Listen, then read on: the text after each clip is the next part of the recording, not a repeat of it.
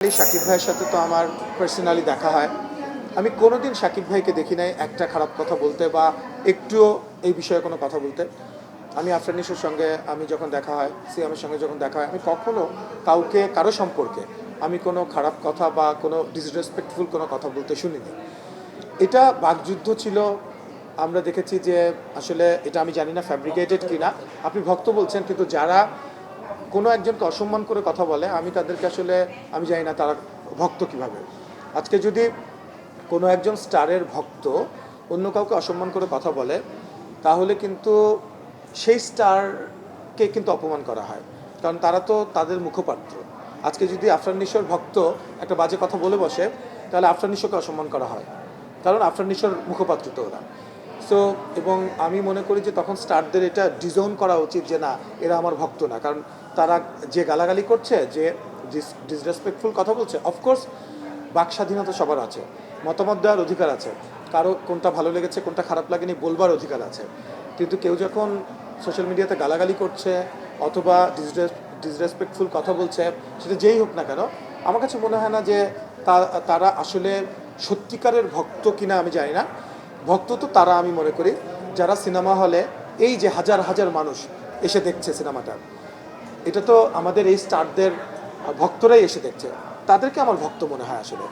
এবং সোশ্যাল মিডিয়াতে আপনি দেখেন আজকে এই যে এরকম আজকে যারা গ্রেফতার হয়েছে এবং যারা আইনের আওতায় আসবে বলে আমরা আশা করছি, তাদেরকেও আমরা দেখেছি নানান বাজে কথা বলতে এই করতে। সো এটা আসলে এটা তো একটা সুস্থ প্রতিযোগিতা, এটাকে অসুস্থ বানানোর কোনো সুযোগ তো নাই।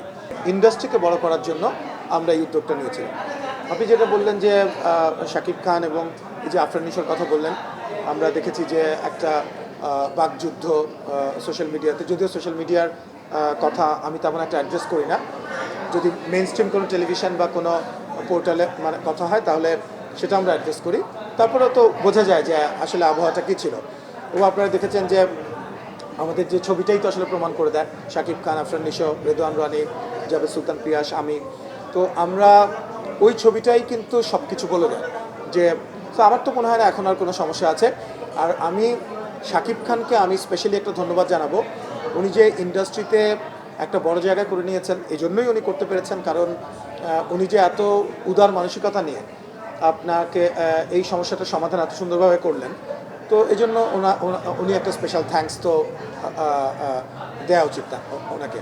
সো শাকিব ভাইকে স্পেশাল থ্যাঙ্কস। এবং আমরা মনে করি, আর যারা করেছে, আজকে দেখেন আফরান নিশো যে ক্যামিওটা করলো এবং সিয়াম যে ক্যামিওটা করলো, আপনি দেখবেন বলা হয় যে এটা শাকিব খানের সিনেমা, এটা নিশোর সিনেমা, এটা ওর সিনেমা। সো ওইখানে কিন্তু অন্য একটা বড় ক্যারেক্টার ঢুকতেও চায় না।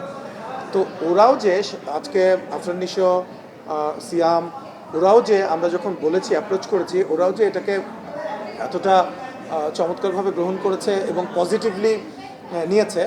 এবং দর্শকরাই তো, আপনারা তো দেখতেই পাচ্ছেন যে আজকে তাণ্ডব নিয়ে এত উন্মাদনা কেন, কারণ এখানে অনেকগুলো নতুন জিনিস দর্শকরা পেয়েছে। সেখানে আপনার নতুন ভিজুয়াল, নতুন approach, cinematic approach towards the audience. এবং সেটা আপনি গল্প বলার, রায়হান রাফির যে গল্প বলার যে ভঙ্গি, সেটা একদমই আমার কাছে মনে হয় this is next level. So আমরা যতগুলো সিনেমা এখন পর্যন্ত বানিয়েছি, তাণ্ডবকে আমি বলবো যে একটা শিফট, একটা পজিটিভ শিফট এবং একটা নেক্সট লেভেলে যাওয়া আমাদের চলচ্চিত্র নিয়ে।